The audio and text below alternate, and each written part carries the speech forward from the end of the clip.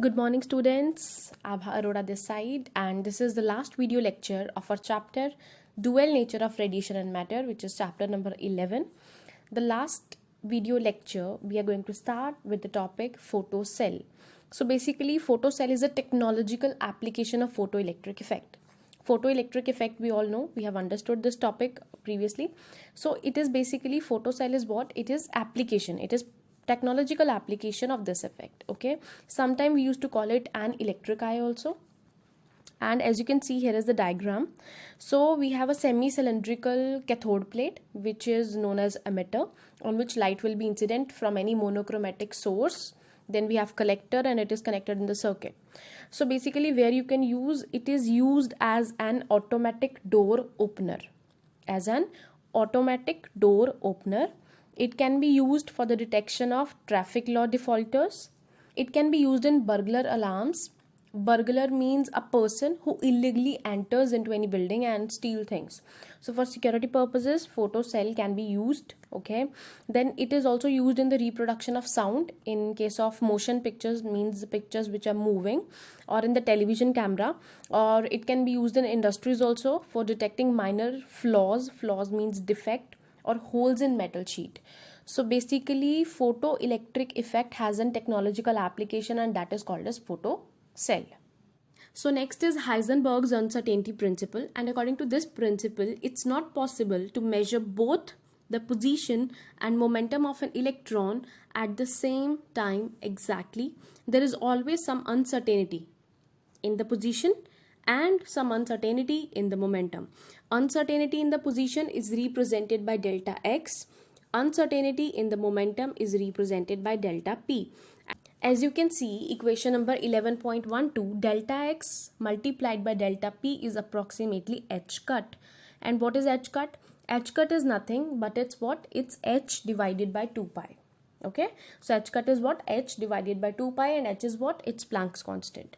So as you can see, equation number, that is 11.12, product of both the quantities is constant, means they'll be having such a value that product is always a constant. So therefore we can say if delta x is very small, means, or we can say that it's 0, means uncertainty of position is 0, means position is certain. If uncertainty is 0, means position is certain, then delta p will be very large to keep this product a constant.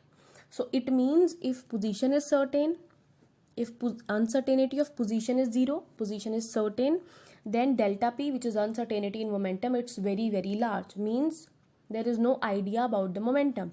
On the similar grounds, we can say if delta p is 0, means uncertainty in the momentum is 0. Uncertainty 0 means that you are certain, you are sure about the momentum. So as the product, we have to keep them constant. So what will happen? Delta x will be infinite. Delta x will be infinite. It means if momentum is certain, then uncertainty, unsurety for position will be infinite.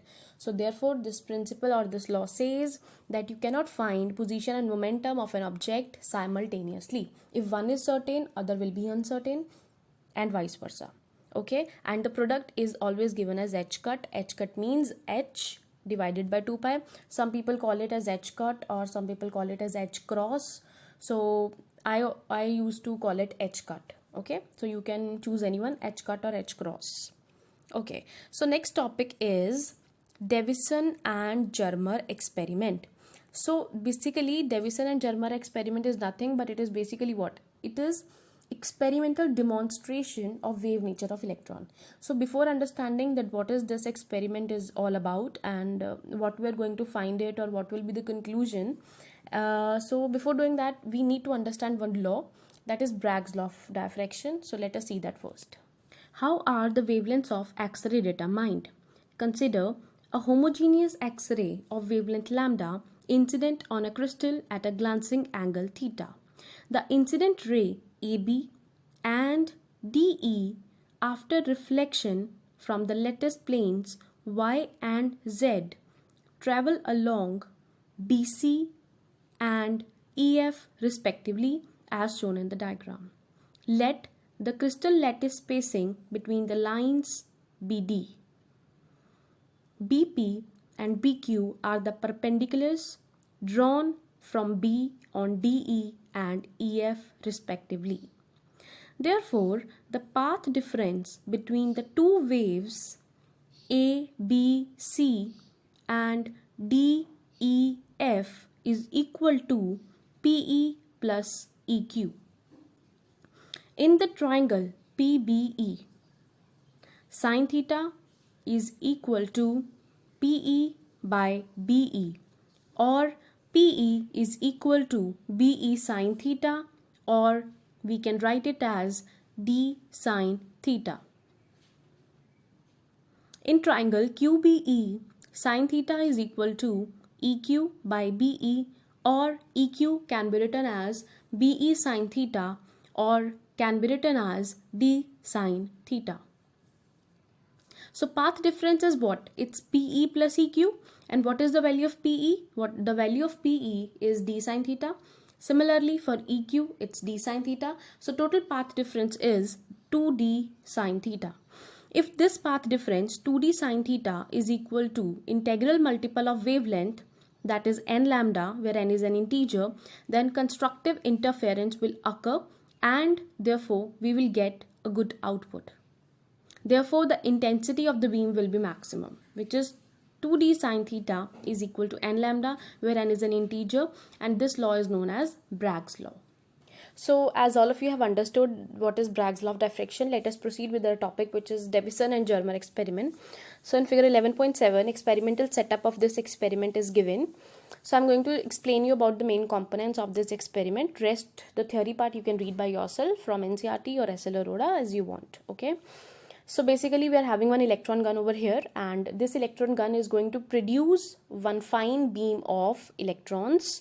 It is going to produce fine beam of electrons, and the process behind this electron emission is heat. So basically here we are using thermo-ionic emission, okay?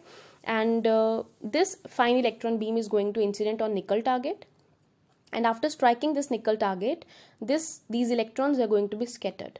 These electrons, they are going to be scattered, and the angle at which they are going to be scattered, that is represented by theta. This theta is called as scattering angle.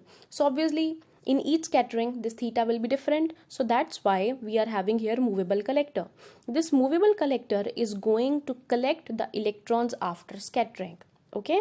And this beam of electrons, which is finally we are getting from nickel target, is called as diffracted electron beam.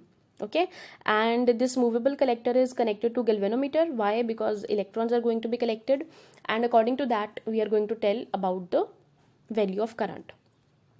So as you can see, one red line I have drawn over here. So this red line is basically going to be divided in three parts. As you can see, two more angles I have marked over here with green pen, and these angles I have used as phi.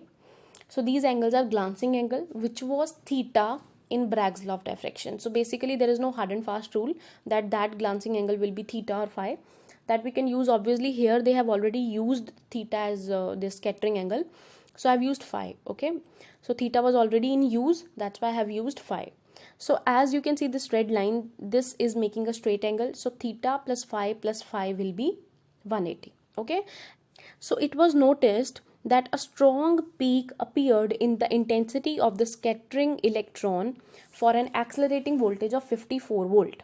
For an accelerating voltage of 54 volt, the intensity of the scattered electron was maximum, and at that point angle was 50 degree.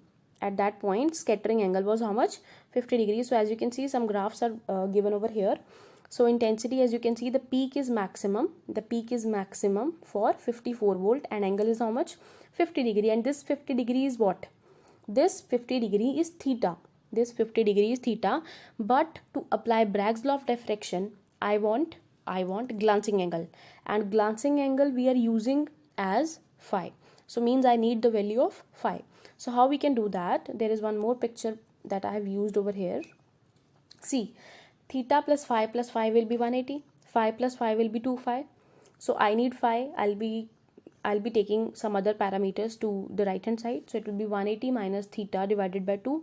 So which will be 90 minus half theta. Theta was basically 50 degree for maximum intensity.